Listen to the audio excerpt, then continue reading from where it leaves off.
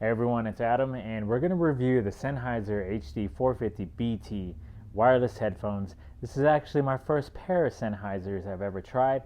I gotta say, I'm pretty impressed for the price range these come in at $199 retail. You get them in black or white. And I got curious to see if the ANC was going to be good, but also the sound quality. So let's get into a review. Oh, and before we do that, check my Amazon affiliate links and blah. No, I'm just kidding, guys. I don't have any of that. I actually did pay for these. No one sent them in for review, so trust me, I'm going to give my honest opinion of these. Let's get into it. So let's just take a look at what they say on the box. So we got voice assistant access, 30-hour battery life, noise cancellation, also easy connectivity, up to 30 hours like I mentioned for all day listening. I'm going to see if that is with or without ANC, and Bluetooth 5.0 compliant. And let me see here real quick. Okay, now you can see the connectivity that it has. Wow, aptX low latency, aptX and AAC, and Bluetooth 5.0. Not bad. Let's see. So they say renowned sound quality with ambient noise isolation, USB-C, and an audio cable for wire. Oh man, I love when they include the audio cable.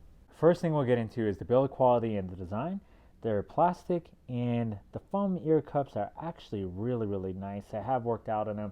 Given that I have had these for 3 weeks, I've used them for everything the whole time. So business purposes, phone calls, working out on them, just all around.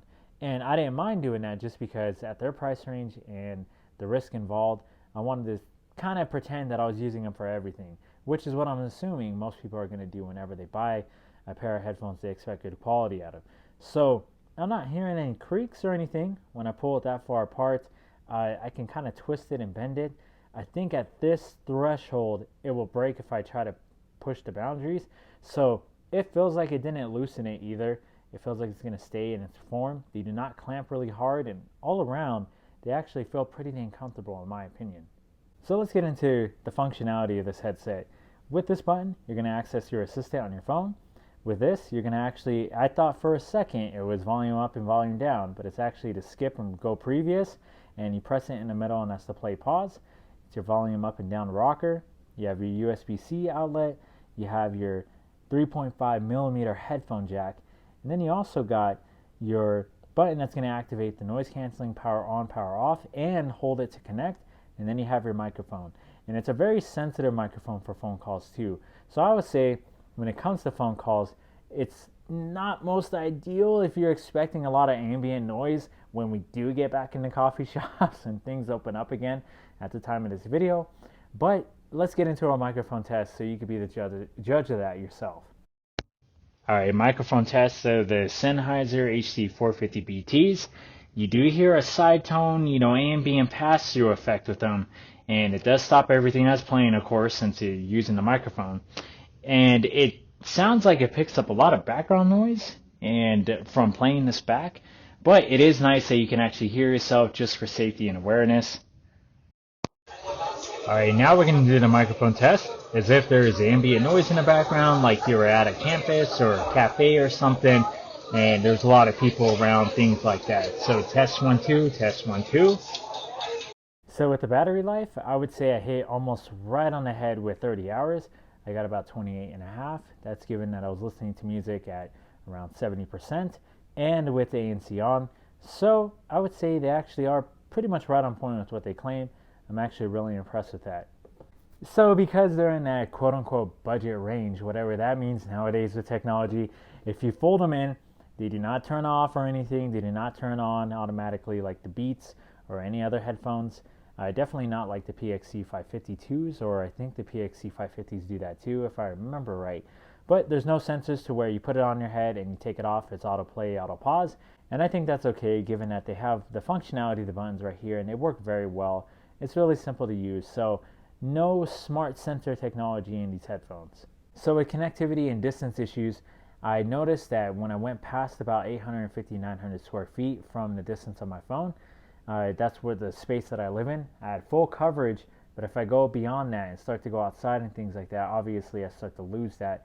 And I think that's going to happen with anything, but just to let you know that the coverage and distance of connectivity was strong the entire time, at least in the space that I'm in. So I noticed this with Bose and with Sony, that if I'm going to have two different devices connected at the same time, whether it's my computer or my phone or two different phones, that with those, the seamlessness between the connectivity, depending on what's going on, let's say you get a phone call or something like that, was really, really easy, and it would jump from one phone to the other as whatever it claimed to be more dominant, depending on what you were doing. With these, I actually had to stop whatever I was doing on my computer before I can play stuff on my phone, and vice versa, or with two different phones. So it has multi-connectivity, but I had to stop one before I was able to do the other. That's the only way I was able to work. It didn't have a judgment on what was more dominant. Now, when it comes to the ANC with these microphones, at first I was expecting them to be pretty good, given that it was Sennheiser, and I heard a lot of good things about these from what people were claiming on reviews before I bought them.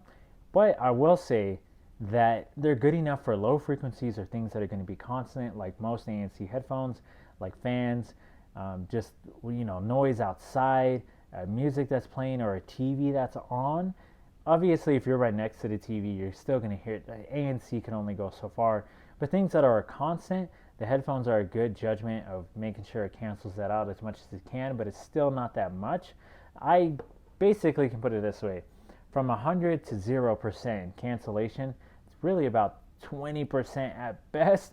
These just do not perform that well, and where you're going to really notice it is in chimes or high-pitched frequencies, such as silverware, even dogs barking, things like that. They come right through the headphones. So it's just one of those things where if you're going to buy these for ANC, yes, it's better than nothing, but if you really want to block out the world as much as you can without blasting your headphones, then shoot for something else, in my opinion. So with the sound quality, I'm going to say this is going to be the number one reason why to buy these. I had a lot of moments where even after having the Bose QC35-2s and the Sony WF-1000XM3s and the WHs, just to really hit home with this, if you're going to buy these have good lows, not as strong as Sony, but about as good as Bose, and they have balanced mids and really crisp and clear highs. And I listen to all kinds of different genres. It doesn't matter if it's rock, hip-hop, classical, white noise.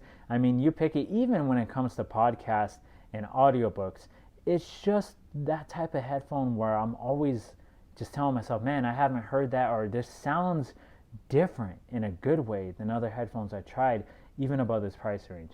So if I had to sell you on anything, ANC is totally a back-end thing to this product. They gave it a good try, but it's only going to cancel out like long duration noises, as I mentioned, or very low subtle frequencies like fan noise, AC, cars driving by, things like that I wasn't able to pick up on. But I would say the sound quality is where it's at with these. Now, another way I can put it when it comes to the sound quality is if you're going to use the app for equalization or whatever you can get to balance out things that you want, whether that's increasing the bass or you want to increase the vocal range, anything like that, depending on how you like to listen to your music, thank goodness for equalizers, is it kind of sounds like it has more of a 3D immersive sound signature to it than most headphones I've tried, where it's not just going to be flat like some headphones are.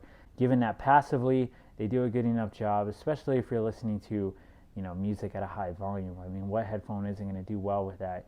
So would I recommend these? Yes, for $199. If they're any more than that, I wouldn't recommend them. They're good enough to give you everything that you need just before getting to that, elite level of flagship headphones such as what Sony or Bose have to offer. But, for getting what you pay for, $200 is not that big of a risk at all with these. I think you'd be very pleased with them. So for my first pair of Sennheiser, I'm going to try some more Sennheiser headphones now, as I really do like their sound signature. Thanks for watching. I hope this was helpful. Have a great day. Hope all is well out there.